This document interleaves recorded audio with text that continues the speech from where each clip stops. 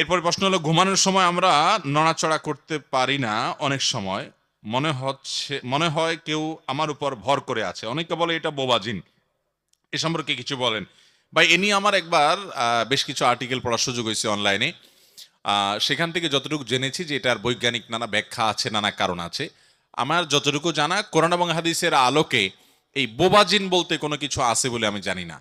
এখানে এইটা কেন হয়? এটা কি স্বাস্থ্যগত কোনো কারণে হয়, নাকি জিনের অস্তিত্ব ঠিকই আছে? অনেকে আবার জিনকে অস্বীকার করে। জিনের অস্তিত্ব সম্পর্কে কোরআন কারীমে সূরা নাজিল করেছে। ভাইরা আমার, আল্লাহর প্রতি ঈমান আনার জন্য এই একটা পয়েন্ট যথেষ্ট। আমার কয়েকজন বন্ধু আছেন বুয়েট পড়ুয়া এবং উচ্চশিক্ষিত, তারা আমার সাথে অনেক সময় একান্তে আলাপে বলে, ভাই, আল্লাহর প্রতি যদি কারোর ঈমান নিয়ে সন্দেহ থাকে, এই সন্দেহ তার দূর হয়ে যাবে শুধুমাত্র কোরআনে জিনের অস্তিত্বের কথা বলেছে। এখনো সায়েন্স জিনকে স্বীকার করে না। এই জিনের পালায় যেই ফ্যামিলি পড়ছে, ও জানে জিন শুধু আছে না, জিন ও চোখের সামনে দেখে। আপনি বলবেন সে মানসিক রোগী, এই তো? কয়জনের মানসিক রোগী বলবেন? এরকম বহু জিনের রোগী আমার দেখার সুযোগ, দুর্ভাগ্য সৌভাগ্য যাই বলেন, হয়েছে। অনেকেরই এরকম হয়েছে যে আপনারা অনেকের সময় দেখেন যে এমন অস্বাভাবিকত্ব যে একটা গাছের ডালের মাথা একটা বাচ্চা বসে আছে, একটা বড় মানুষ বসে আছে, কিভাবে সম্ভব? শত শত মানুষ দেখছে, সবাই মানসিক রোগী, সবার মাথা নষ্ট হয়ে গেছে।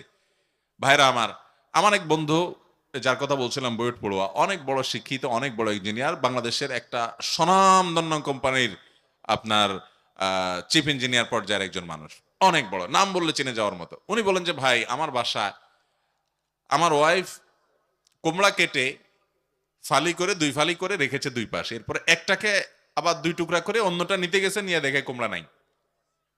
বলেন আপনার বিজ্ঞান কি বলবে এখানে? বলে যে প্রতিদিন আমার গাছের বারান্দার গাছে ফুল ছিঁড়ে ফেলে।